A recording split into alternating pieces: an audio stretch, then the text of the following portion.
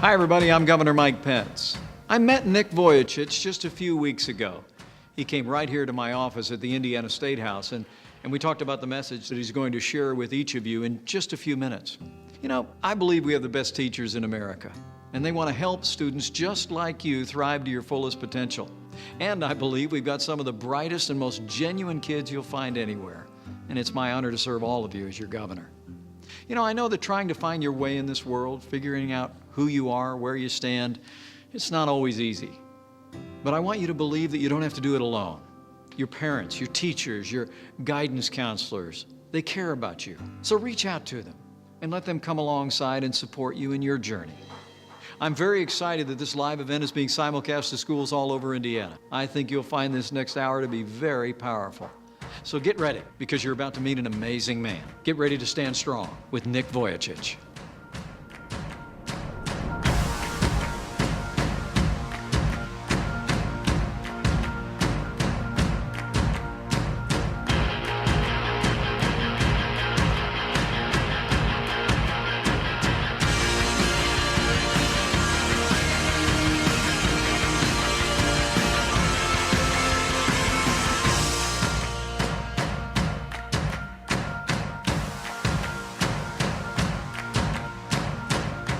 Thanks, Governor.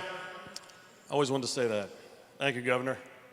Now, my name's Jay, and I want to tell you something about this event, this moment that you're in. I know you've been through a lot of convocations in the past, a lot of school assemblies and events, but this is different. This is a historic moment for Indiana. What we're doing is really one of the biggest events of its kind in the state's history. I want to thank the Marion County Sheriff's Department, John Lawton and his team, for getting us from Madison, Indiana to here in about an hour and 25 minutes. That was nice. I want to thank the governor, and I want to thank his department, Glenda Ritz, who is the state superintendent of public education. I want to thank Mayor Greg Ballard. I want to thank Governor Pence's senior advisor, who's with us here today, Jeff Cardwell. And I want to thank the administrators of this school for bringing this together. And most of all, I want to thank you. I want to thank you for being here, and thank you in advance for your attention, because you're going to hear something like you've never heard before today. And my challenge to you is to let this historic moment really change you. Don't try to figure it out. Don't try to get back to normal when you leave here. Embrace it. Let it change you. We're so thankful to be here. From the team in Indiana to Nick's team, the film crews, we really can't thank you enough for allowing us to step into your world and give you this message of hope. I've listened to Nick several times, and it changes me for the better every time. So enough of me. Would you please give a warm welcome to our speaker, a man who loves you all, Nick Vujicic.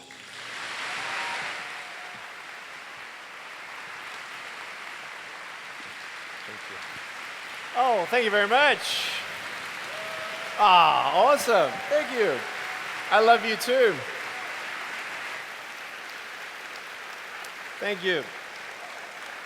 You may be seated. I feel the love. Everyone say love.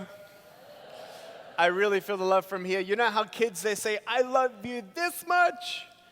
Well, you can't see my hands. I love you that much, all right?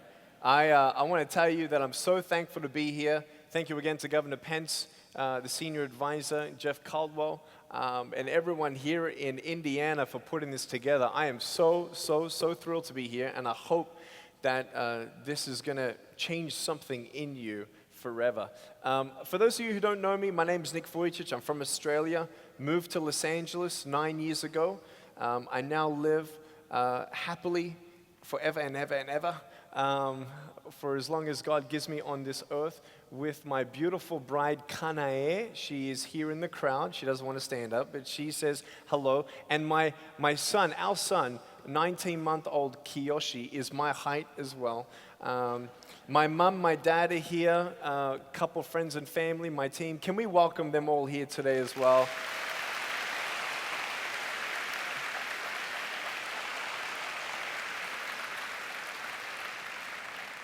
I tell you, if you want to see photos of my son and my wife, please go to Facebook. Anyone on Facebook?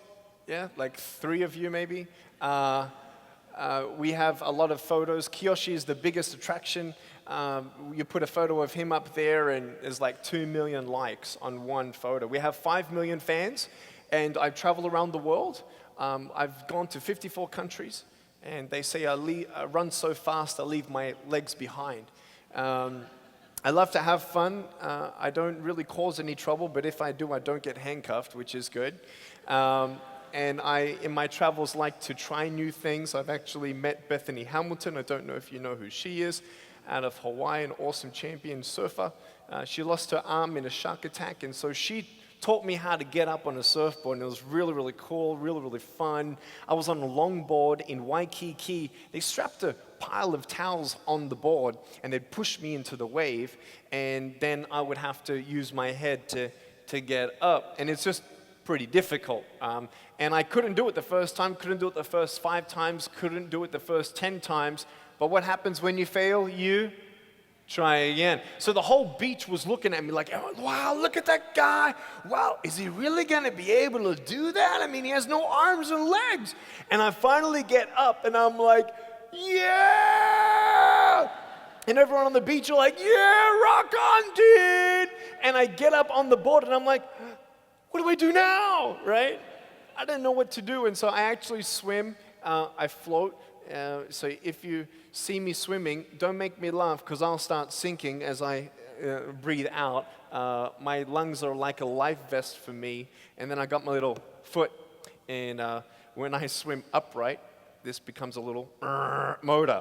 And I love this thing. I've got 2 toes. Peace, how you doing? And I can actually text 53 words a minute on a smartphone, type on a normal computer 43 words a minute, and I can go 10 words a minute faster if I just drink 2 cups of coffee. I really love my life, and what you see is what you get with me, and I'm going to get a little deep, I'm going to get a little serious later on, but I always open up with a couple funny stories. You know, some people, they look at me, they sort of stare at me because I'm so good looking, and but they're looking at me, and these kids especially, it's really, really funny. They're like, oh my gosh, what happened to you? What happened? And I'm like, I got just sick and tired of saying, I don't know, I don't know, I don't know. So I just started saying, cigarettes. And these kids won't smoke, right? The funniest story of all was one day I was in a car, and we're at the traffic lights, and I'm in the front seat, and this car comes up next to us, and this girl's looking at me, and I'm looking at her, she's looking at me, I'm looking at her, and all she sees is my head. And so I'm thinking, man, I'm going to freak her out.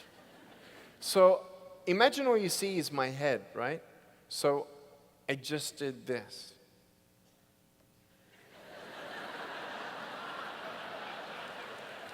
And she's like freaking out. She's going to run the red light, you know? She's like, oh my gosh. So I love to have fun. We've dressed me up as a pilot and greeted the passengers as they got on the plane as well. If you don't believe me, it's on one of our YouTube videos. We have 200 million views on YouTube, and we just want people to know that there's hope. In everything I do and everywhere I go, and the reason why I bring in humor is I could have easily been someone who said, oh, poor me, and always stay there. I was there at one stage, but I'm thankful I got out. I was there in a position of life saying, what am I going to do? I'm not going to get a job. I'm never going to get married. I'm a burden to my parents. They had to help me. My brother and my sister, they had arms and legs. And I'm thinking, why me? Have you ever asked that question? Why you, right? And then you have the people around you, and Governor Pence said, you know, you're not alone, you have your parents. Sometimes we don't have a good relationship with our parents. Sometimes it's the last person we want to talk to sometimes. Sometimes we feel like our teachers don't understand us, and there are some things that we would never tell a guidance counselor sometimes. I want you to know that we need to reach out and share with someone what we're going through, or else we will be alone. And some of you feel alone, and I'm not here today to tell you that I understand your pain, not at all. If you've been in a broken home, that's worse than having no arms and no legs. If you've lost someone close to you, you would give up possibly an arm to have them back in your life and resurrect from the dead. There are things in this life that things happen that don't make sense, that don't always have an answer, and so how do you deal with those things? We all have ups and downs, right? See my foot? Ups and downs, ups and downs, ups and downs. I don't wake up every morning and say, "Good morning, everybody, how you doing?" No, we all have ups and downs. When I was going to school, it was really difficult, not just how to learn how to write with my foot and do so many things, but I didn't like myself. How many times do you go in the mirror and say, "Oh, I like my hair today"? Maybe some of you have, right? But more often times than not, you look at yourself and you're like, "Oh, I look at that zit. Oh my gosh. Look at my skin. I don't like my fingers. I don't like my knees. I don't like my arm. Look at this. Look at that. I wish I was taller. I wish I was shorter. I wish I was more beautiful," right? We all want to be someone that has friends. I was just like that. I looked at myself in the mirror, and all I could see was negativity. And I couldn't change the fact that I looked like this. But what I let do, which was wrong, which I let myself do, is actually believe that my value is determined on how I look, or how many people are my friends or are not my friends. Do you know how many people were not my friend just because of how I looked? Guess what the conclusion is? They missed out on a good friendship.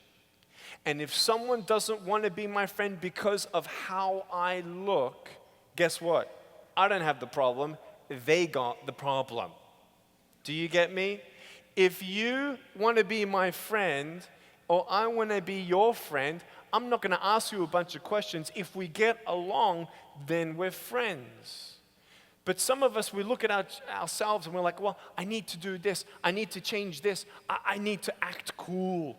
If I can't change my body, I'm going to change the way I talk, and I'm going to use the F word. Hey, how you doing?" Like every third sentence, everyone's doing it at high school. Well, if I don't swear, well, then I'm not cool. Who said that? You know, it was hard for me to love myself, but I'm thankful for the love of my parents, because if it wasn't for the love of my parents, I wouldn't be here, period. I'll tell you why. Here is a book that represents the future. If at age 8 the future represented today, I'll repeat it again. If at age 8 this was the future, today I'm 31 years old approximately. I'm a speaker, I'm an author. I spoke to 6% of the world last year as 12 countries put me on TV to 400 million people. 5 days ago, I just spoke to the Mexican national government. I just got an invitation from the El Salvador government in the last 2 hours. I have 35,000 invitations for me to speak, and I am happy, and I love my wife, I love my son, and I love my life, because I have found hope. Everyone say hope. I'm not happy because I am a speaker. Nick Vujicic was Nick Vujicic before he was a speaker. Before I could love anyone else or respect anyone else, I had to first be able to know my own value, and I hated me. I hated everything about me, about my life, and truth will help you come closer to your path, but the lies will take you away. How will you know what a lie is until you find what the future is? Even when you're on the right path, sometimes you fall down. I'm going to share with you this illustration. I'm going to jump off the table, do a backflip, and land on the floor, okay? Are you ready? Hello, are you ready? Anyone breathing? Girls, are you ready? Boys, are you ready? Ready? Ready? Here we go. Can you turn me down just a bit, please? Ready? 1, perfect. 2, you ready? 3. I'm joking, man. Are you serious? If I did that, I'll break my arm or something, all right? But sometimes you fall down. I'm just going to lay down. Don't worry. Don't get scared.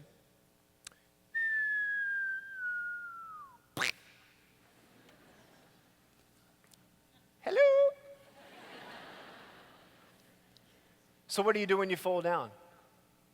You get back up. Okay. So, does anyone know the name of Thomas Edison? Created the light bulb, 10,000 attempts, failed 9,999 times. Can you imagine that? I don't think I brushed my teeth 9,999 times. He couldn't explain what he was inventing. Can you imagine the interview that happened? Someone coming up to him and saying, so how does it feel failing 9,999 times? He said, I'd never failed that many times. Now I know that many ways in how not to make a light bulb. Failure equals education. Some failures cost you more. And I'm not talking about academics, I'm talking about life. I'm coming here to teach you about life. You fall down, if you choose to stay down, that's where you'll remain. I want you to know today, you have a choice. I don't know who you are. I don't know if you've been sexually abused. I don't know if your dad's an alcoholic. I don't know if you've been slitting your wrists. I don't know where you are. In life, don't give up. Don't give up on what could be a miracle coming in your life that you've never seen.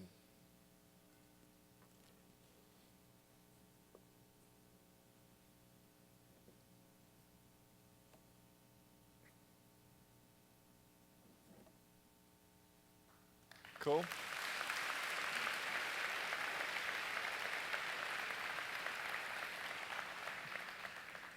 So my parents would every day say, oh, Nick, you're beautiful. Don't worry, you're special. Don't worry about what anyone says. And I'm like, I don't want to be special.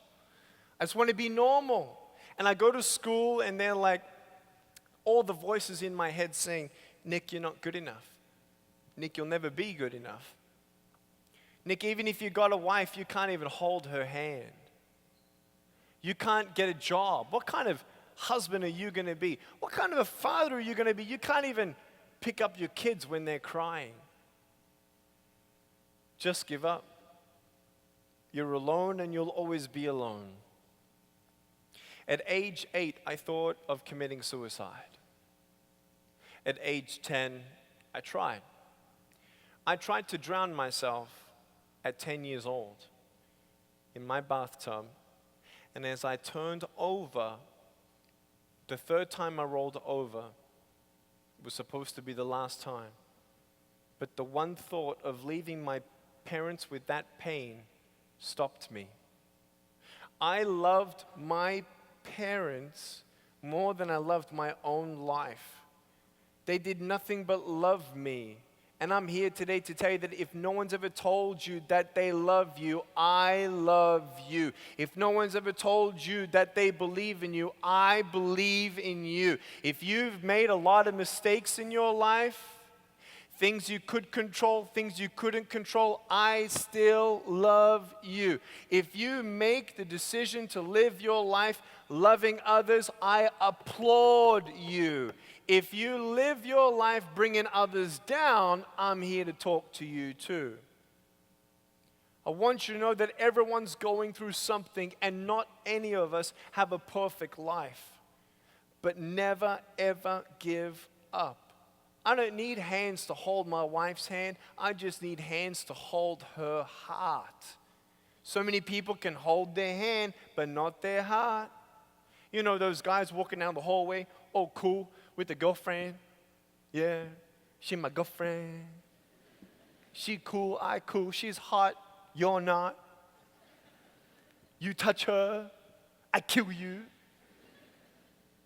We act tough. Well, I need a girlfriend to feel loved and needed and wanted and cool. I looked at everyone around me who had a relationship that pretty much lasted 3 weeks anyway.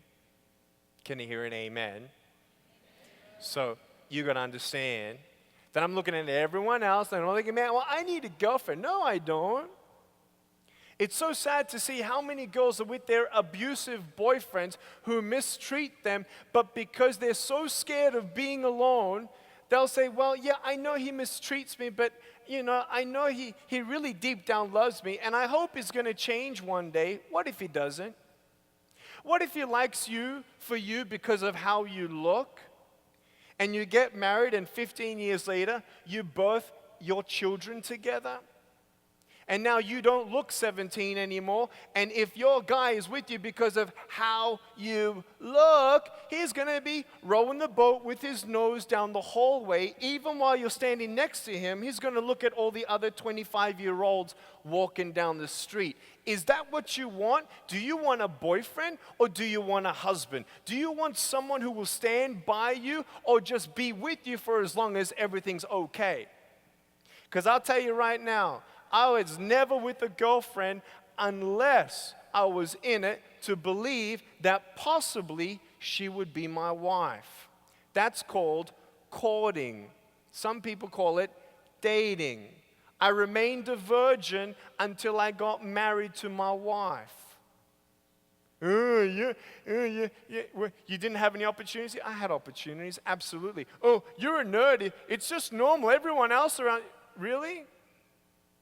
And so if you have slept with one other person, why do you expect that your future spouse, if that's not your spouse, is a virgin? Why would you expect that if you've slept with 3 girls, that your girl hasn't slept with 3 guys? Think about that. How do you want her ex-boyfriends to treat her now? Better than you treated your exes? Why? Don't be fooled. You need to treat everyone with dignity and respect, and every single girl right here, right now, you are beautiful. You are gorgeous. And if you think you'll never get anyone else better than your abusive boyfriend, guess what? You're right. If you don't dump him, you're right. Give yourself a chance. Love yourself. I don't care about how you look. I don't care how smart you are. I don't care how popular you are. You're beautiful. And you boys, you're the man. You don't need to act tough and have big biceps. Oh, I wish I had bigger biceps. Look, dude, my biceps were so big they fell off. You understand me? And the people who are my friends not because of how I look, not because I'm a speaker, not because of what I give them. It's because of who I am. Who are you? If this was your last day, are you a giver or a taker? Are you selfish or generous? Today, we're talking about bullying. Talking about you. First, love yourself. Don't give up on you. And I'm sorry if you've been abused, and I'm sorry if you've gone through some hardship. But hold on, because I believe that even beautiful things can come out of the most difficult things. And I don't talk just stuff. I've seen a lot of stuff. I've seen a lot of pain. I've been around the world, 3 million miles around the world. I've met girls who were sold by their parents as a sex slave for $700. The parents organized that their child is kidnapped and forced into prostitution. That's the world we're living in today. There are 1 billion people going hungry today. That's the world we live in today. When my wife has a problem, I make it my problem, and I will do all that I can to fix her problem. I take responsibility. When my world has a problem, I make it my problem. I don't accept it. I don't accept that there are 10 million slaves. I don't accept that. I don't accept that I'm just going to go through my life and look after me and my family and make sure that I get a job and make sure I get an education and make sure I live my life and just be happy when there are 1 billion people going hungry. You and I know we all want to make a difference. Well, who's going to do something? For as long as I'm alive in my 31 years of life, I'm telling you right now, up until the day that I die, I will do all that I can. I only have 5 million Facebook followers. We want 400 million people coming on one platform to give $10 a month to stop world hunger. It's more money than all the billionaires give away in a certain amount of period. I don't know what the exact amount of money that is given, but I know $1 billion a week, yeah, that can feed some hungry stomachs and change people's lives. Why not dream a little crazy? Why not dream a little big? Anyone want to change the world? Put your hand up. Put your hand down. Anyone want to make a difference in Indiana? Put your hand up. Put your hand down. Who wishes you had more money to give away? Put your hand up. Put your hand down. You ready? If you ain't generous with what you give, you're not going to give more when you have more. And I don't care about money, and we're not talking about world hunger today. We're talking about bullying. Don't tell me you want to make a difference in this world unless you realize what you're doing to the people around you. Because 10 years from now, 20 years from now, I don't know if I'll be here. So my question is, who are you? I want to get to know you. I really want to quickly do an interesting quick survey, an anonymous survey. And I've never seen a speaker do this before. I did it, started 2 years ago. I've spoken now to 600 schools. So I'm asking for your trust. Can I have your trust for the time given to me? Can I have your cooperation real quick? I'd like you all to bow your heads and close your eyes, please. And I'd like you to raise a hand. Raise your hand nice and high with your head bowed, eyes closed, hand nice and high and open. And I'll wait till every single hand is up in the air, including staff. Okay, nice and high so I can see him. I really need to see your open hand. That's all I need to see. Wonderful. Great. With every head bowed and every eye closed, I'm going to be asking you 4 questions. And if the answer to any of those questions is a yes, I simply ask you to put your hand in a fist. The first question is, put your hand in a fist if you've actually thought of committing suicide. Go. Put your hand in a fist if you've actually attempted suicide. Go. You tried to commit suicide. Go. Open up your hand.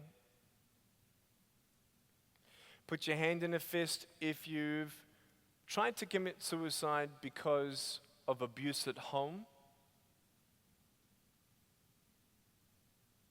Open up your hand. Okay, one more time. Put your hand in a fist if you've actually tried to commit suicide because of bullying at home, abuse at home. Go. Open up your hand. Last question. Put your hand in a fist if you've actually tried to commit suicide because of bullying in this school. Go. Open your hand. Okay, put your hands down, open up your eyes. Okay. The question is, who hasn't bullied, right? Who hasn't spread gossip? Is it really that bad? How bad is bad before it's bad, really bad? How do you know if you're a bully? There's no law about it, right? I have a rule. This is my rule. If 3 people think you're a bully, guess what? You're a bully. Today, I want to give you the results of what I saw. I don't know how big this gymnasium is. I would have to say that there are 2,400 students in this room. Am I pretty much right, teachers? How many students are here? 1,300, sorry. I'm doubling count. Yeah, sorry. My maths, right? Accounting major. Good job. All right. So here we go. Ready? Out of 1,300 students, I saw 1 out of 5 think of committing suicide. I only saw with my own eyes, and when I say only saw, what do you mean only saw? In the next 2 questions, how many people have actually tried to commit suicide? Isn't 1 too many? Yeah. I saw 2 people out of 18. So, 2 people in this room have tried to commit suicide because of abuse at home. And I saw with my own eyes 14 try to commit suicide because of bullying at school. Now, I'm very well aware of what happened 2 weeks ago, and I need to get there, but I'll tell you right now, it's real. How much more real do we need to see it until we actually close our mouths? You know how mom and dad said, if you don't have anything nice to say, then what? Don't say anything at all. Go find something else to do. Do you think that you're more important than someone else? Well, I just tease someone else because someone teases me, and that's just culturally acceptable. Do you know when it stops being culturally acceptable? When culture says enough is enough. And who is the culture? You. You're the people. For as long as we're okay to just keep on going and keep on laughing and keep on spreading gossip, guess what's going to happen? It's going to keep on going. Until one person says, I'm done. I'm finished. If at the one chance, everyone say one, out of 14 people in this school, if you have spread gossip, if you've started gossip, if you've physically, mentally, emotionally, in any way, shape, or form, bullied someone, you are part of someone hating their life. Just like I hated my life because of my bullies, and they had no clue. They thought they were smart. They had no clue. The only reason why I did not go up and headbutt every single one of my bullies is because I thought maybe he's being abused at home and he's having a rough life. But that's still no excuse to inflict harm. At the one chance that your gossip comes back to the victim, that it's one of the 14 here, your parents said, don't say anything if you don't have anything nice to say. I say, close your mouth. Just stop. To every single victim of bullying, I love you. If you've ever thought of committing suicide, we're talking 260 people in this room alone thinking about it, don't do it. Don't give up. You're here for a reason. And I'll tell you right now, 9 years ago, my life changed forever when I saw in front of a crowd a little boy being held up. This 19-month-old little boy, he had no arms and he had no legs and a little foot like me. And I'm like, oh man, this is my mini me. I'm gonna wrestle him later on, right? And I got the father to bring him up on stage, and he was so cute, Daniel Martinez, and he was sitting up here, this high, looking up at me with his big brown eyes, smiling at me. And I looked at him, and I had flashbacks of when I was a kid. I remembered the days that I just wished that a limbless man could come to my school and talk about bullying. That would have been amazing. Well, I didn't get that miracle, but I now am that miracle for that little boy. I hugged him. He put his neck around my neck. My mom hugged his mom. They cried. My dad hugged his dad. They had some awesome times together. Daniel is coming swimming in my pool in a couple weeks. Now he's learned how to swim at 7 or age 8. 2 years ago, I went to his school. I heard that he was getting bullied. So I get in my wheelchair and I ran him all over. No, I didn't. But I went there and I shared about love. Same message to you. And now Daniel is the coolest person in the school. Now I'm going to sit him down and talk about humility and pride. I want to first of all say again, I love you. You're my brother. You're my sister. I don't care what job you're going to get. I don't care if you end up being the toilet cleaner of this school. Because janitors change the world. Sounds stupid, right? Janitors can change the world? Yeah. It wasn't my dad who encouraged me to be a speaker. It wasn't my mom who encouraged me to be a speaker. It was no one but my janitor. The janitor did not have in his job description to inspire the limbless man to be a motivational speaker who's spoken to 1 billion people in the world. You don't believe me? That's fine. 400 million just last year. 400 million next year. 300 million on TV to India, 100 million people in Brazil. 800 million people in 3 years.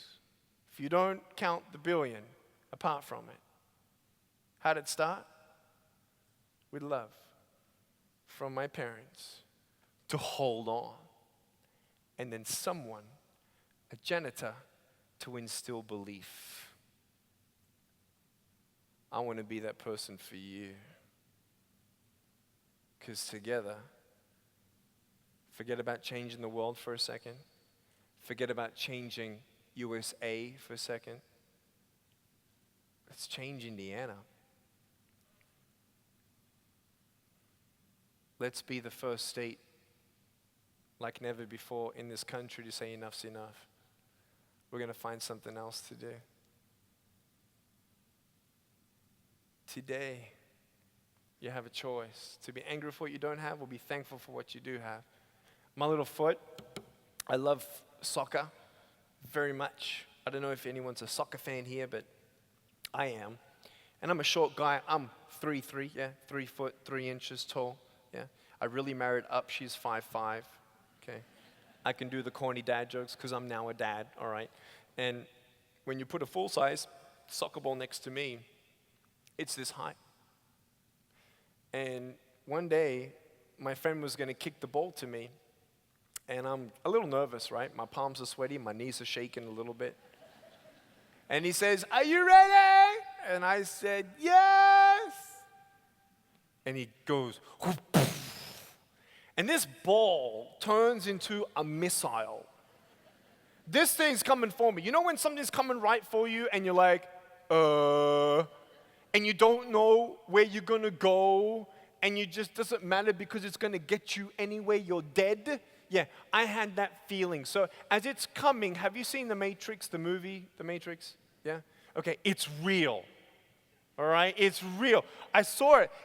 Everything went into slow motion. And that ball was coming for me in slow motion. And I'm thinking, man, what am I going to do? What am I going to do? I can't really headbutt the ball because it's a bit too low to headbutt. I can't really kick it because it's a bit too high to kick. So in The Matrix, I jumped up in the air and did a karate kick. What the hell? And I went,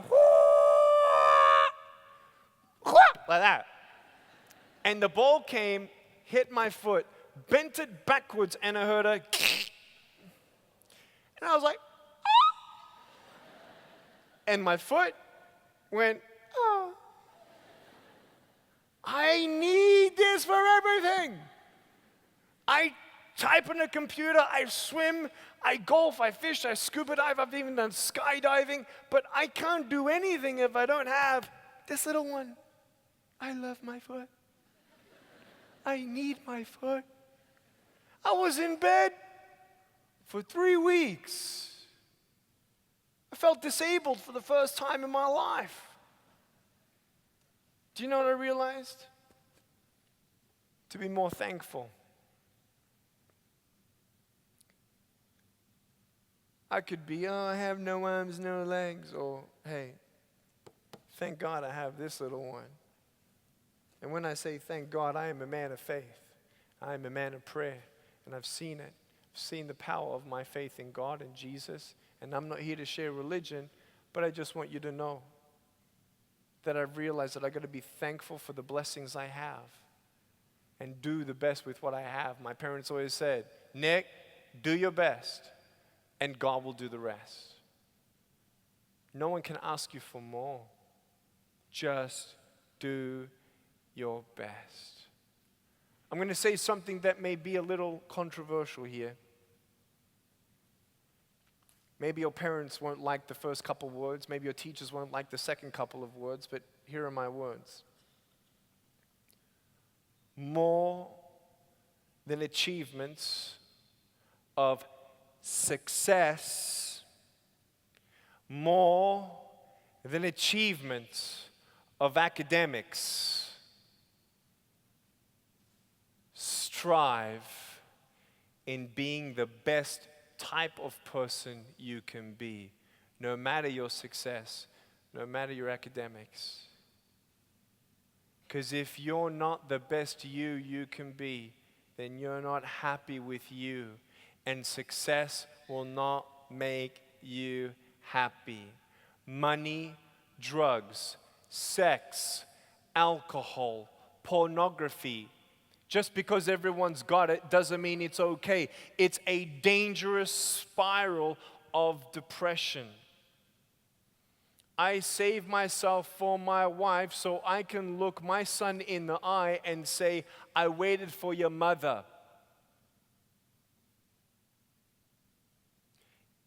If you can't be self-controlled now, why do you think you'll be better later? It's a journey. Everyone say a journey.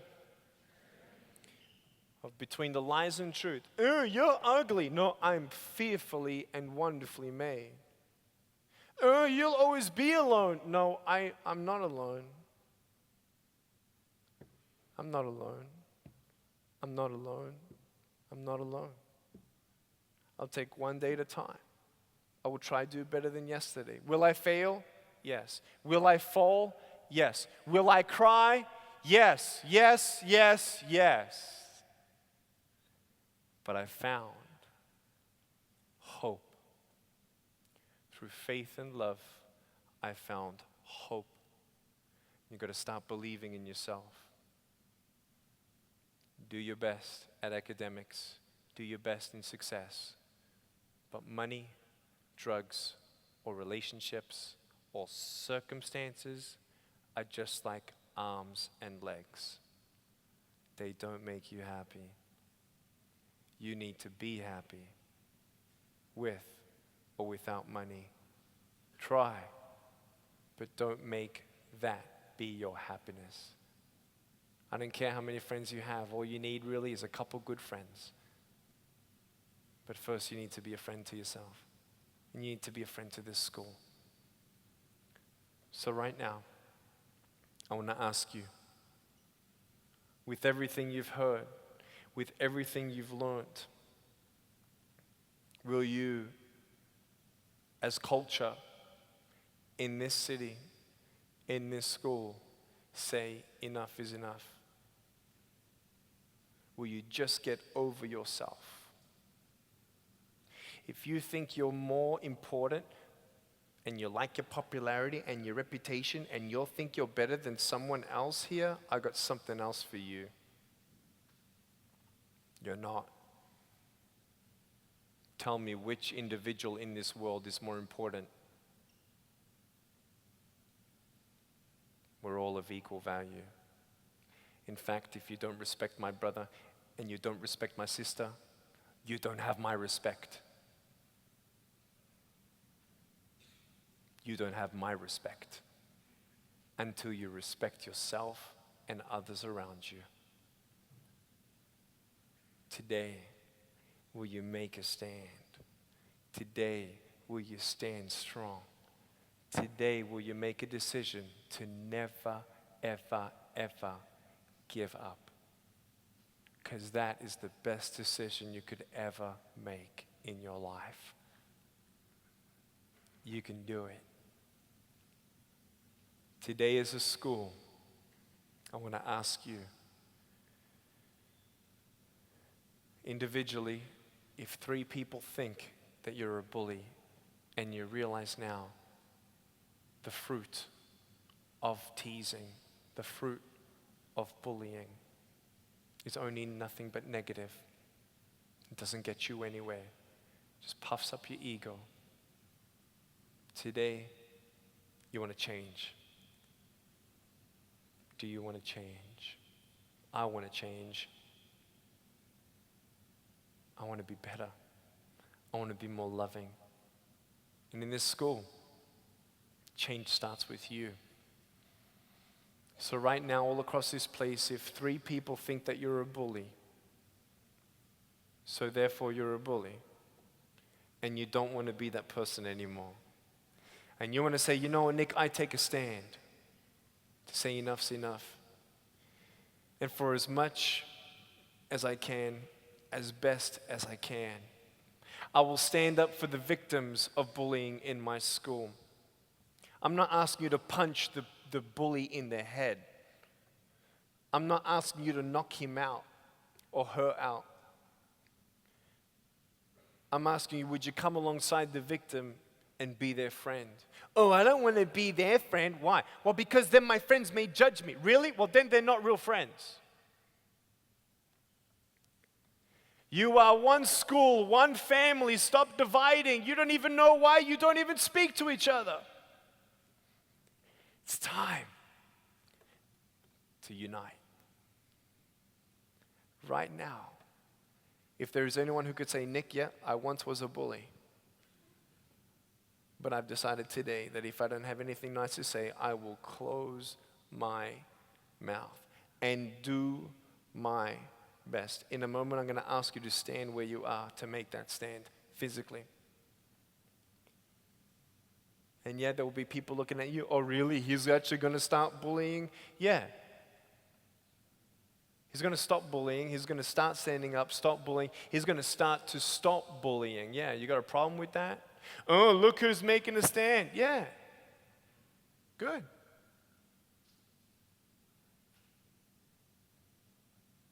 There is positive peer pressure when you want to do something good. Others will see you. And they may be inspired that if you stop, then they'll stop. And if they stop, then this one will stop. And if that one stops, then maybe this one will stop.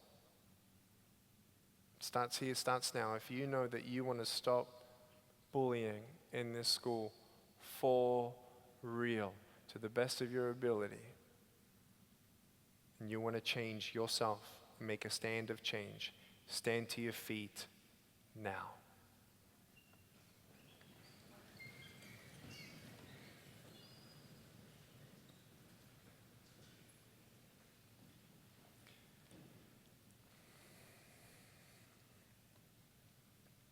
Sorry to be annoying, but everyone's standing up, so everyone sit down, please.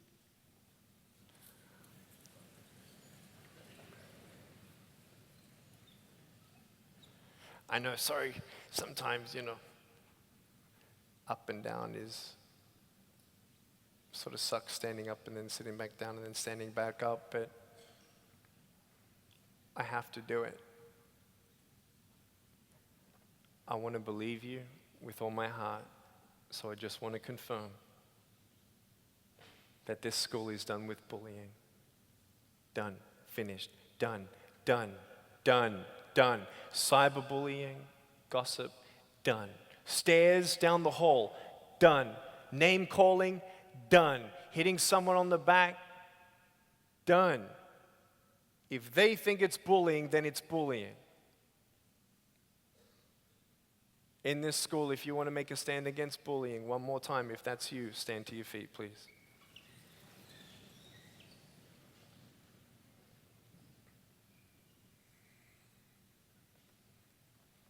I'm so proud of you. I love you. And you have my greatest respect and admiration. Thank you as an entire school in Indiana to make a commitment to stand strong and stop bullying. I love you, I love you, I love you. With the permission of the person next to you, give them a high five or give them a hug. And then let's give everyone a big round of applause for the decision today.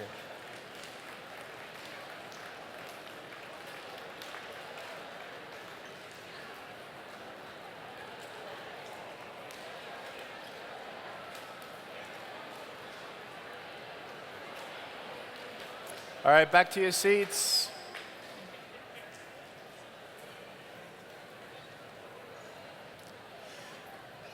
Give yourself a huge round of applause, guys.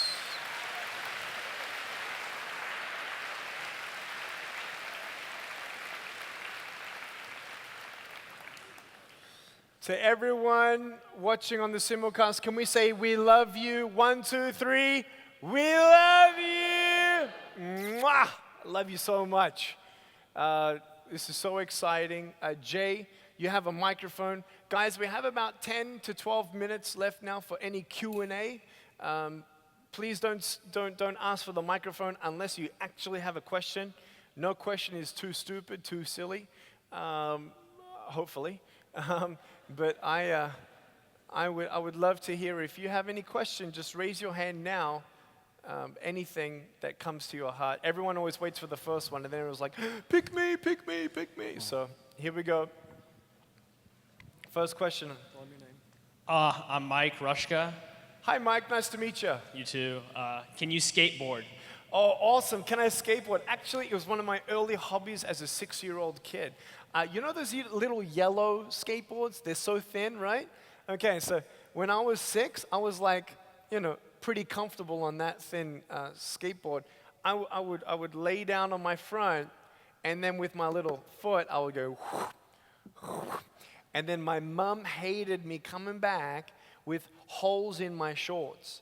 Why? Because when I went downhill, I couldn't stop, so I had to pop up the front of the skateboard and on the front of my pants, drag the front of my pants on the gravel. And or on the road. So yeah, skateboarding is cool. I definitely want to try rigging up a car, drive with the joystick. I want to definitely maybe I want to go on Indianapolis. You only have the racetrack out here, right? It'd be so sweet to get a car out here and go on a racetrack.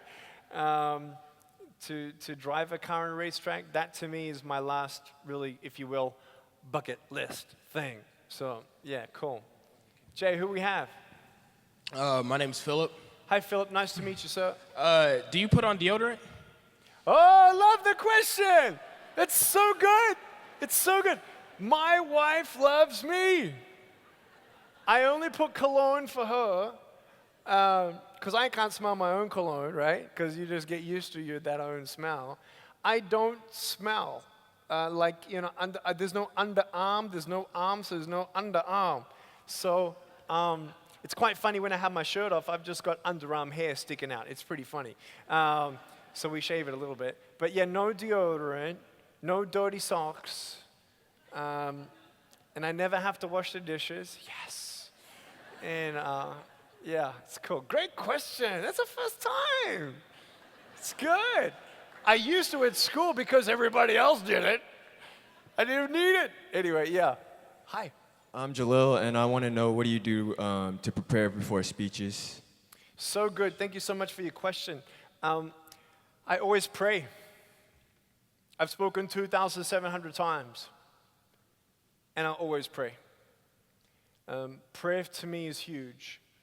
Because I know my story and I've shared it that many times, I don't have to look at notes. after the first 500 speeches, I didn't need any notes. The first 500 speeches, I needed notes. The first 100 speeches, I went twice as long as I should have. And a couple of the early speeches that I had were pretty embarrassing to me. I'm a highly critical evaluator of my speaking ability, and so it's time. It's just time to give yourself to not be as nervous, time for you to put words together. As you become a speaker, you realize how fast or slow you go, how loud or soft you go.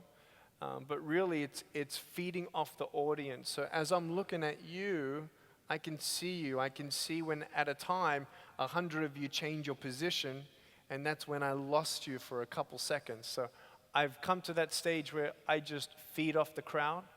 This speech, just shared this speech about 3 hours ago in Madison. And it was great to be there with 5 schools coming together.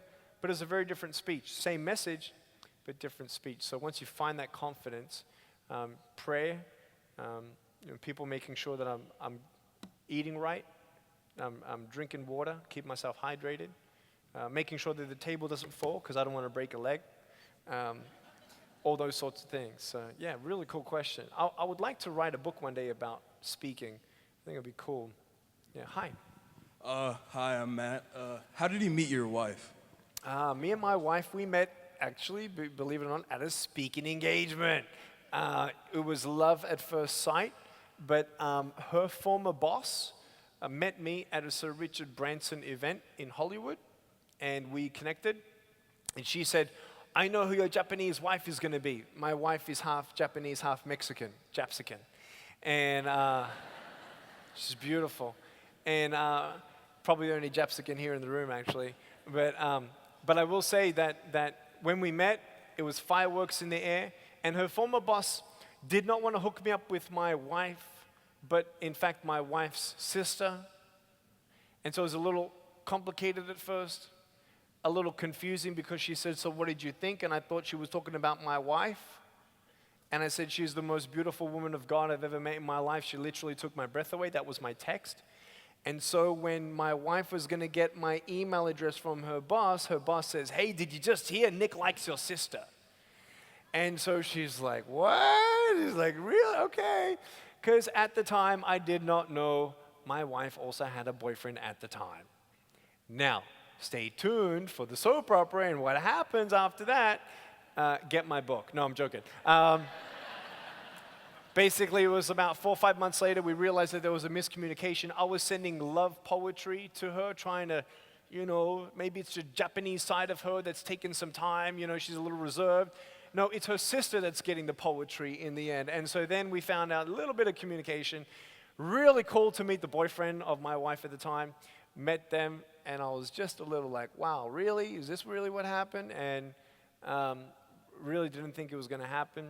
When we found out that we both had the feeling of reciprocated attraction, she's like, so what do we do? And I said, we got to just, whatever it is, we're killing it. No text, no phone, no email. You got a boyfriend to sort out. I know you've wanted to break off with him for 6 months, but if you don't want to be with him, then you shouldn't be with him, for your sake and his sake. And, your sister thinks that I like her, so it's a little complicated for me. And so with no phone, no text, no emails for the rest of the story, get the book. But yeah, we met 6 weeks later in Dallas, and we actually wrote a book together. It's coming out in November 18th, and it's called Love Without Limits. Oh, she really is amazing. When we were dating together, courting together, you know how you want to be with someone who will always be there for you? Well, I had a financial crisis. I literally lost all my money in December 2010, all of it. And I needed some money from my parents, and that tapped into my childhood depression. So I went into panic attacks. I couldn't eat. I couldn't sleep. This is me, the motivational speaker. And she was there. And I said, babe, I just lost all my money. She said, that's okay. I'll get a nursing job and support the both of us. And that's when I knew she was going to be the woman of my dreams, the one I've been waiting for all my life, and the mother of our children. So, yeah, she's incredible. She's incredible. So, you can see I'm trying to get her to start a Facebook fan page. I have mine, but I think she should start hers. But, so you'll see photos and stuff on our Facebook. Hi.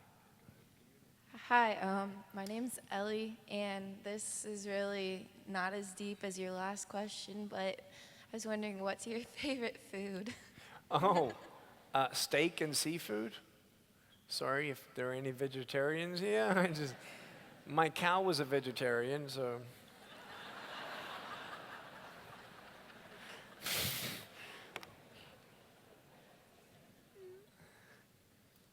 Oh, I'm Julia. Hi. And I was wondering if they ever tried to use prosthetic arms or legs.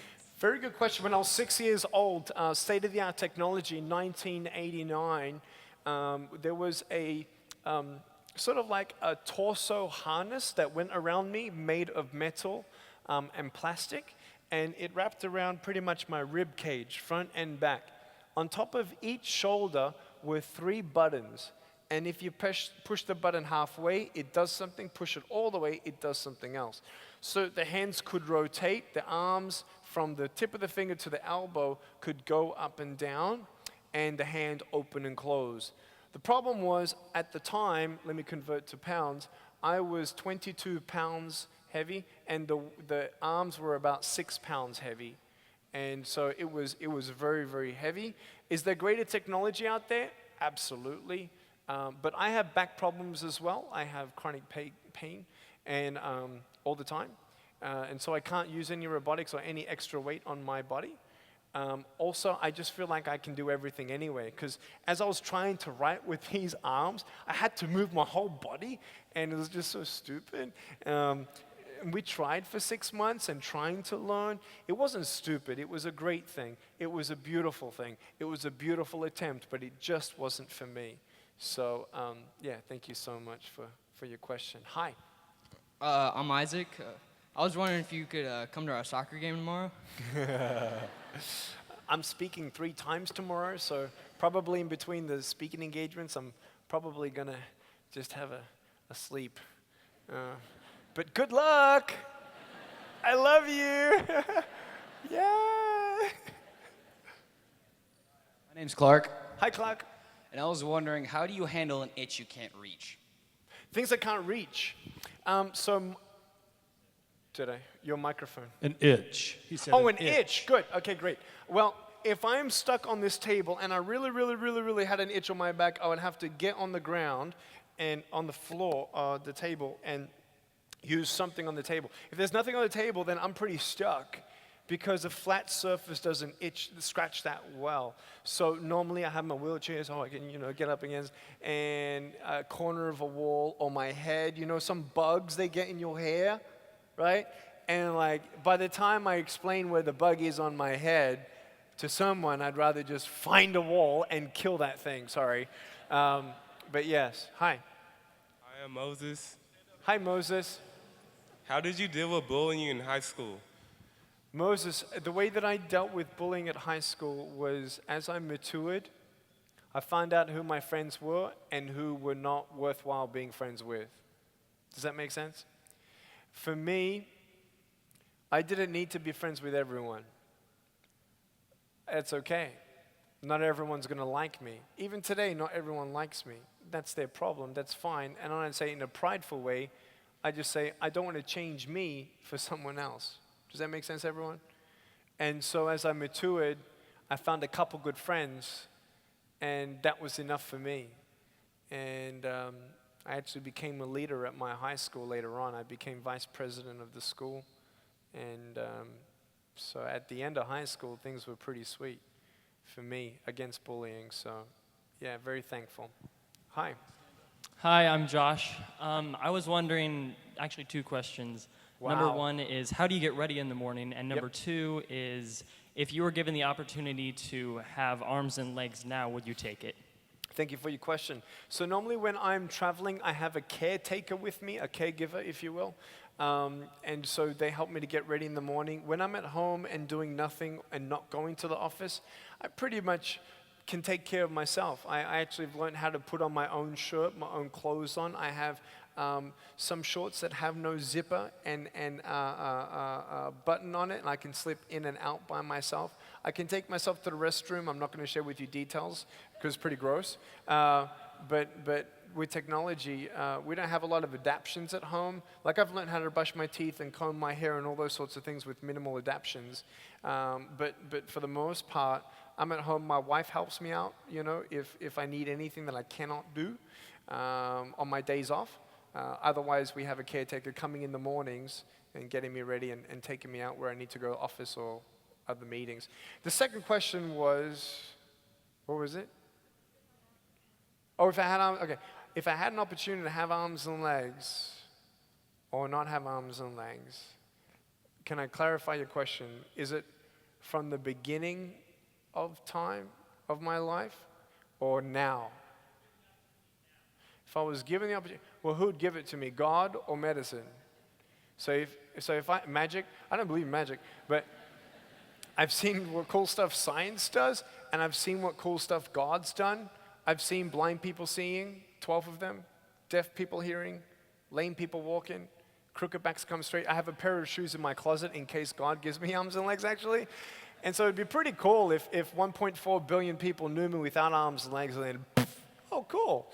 I've already been on Oprah Winfrey show, so she'll probably have me back too. But if it was God's plan, this is my answer.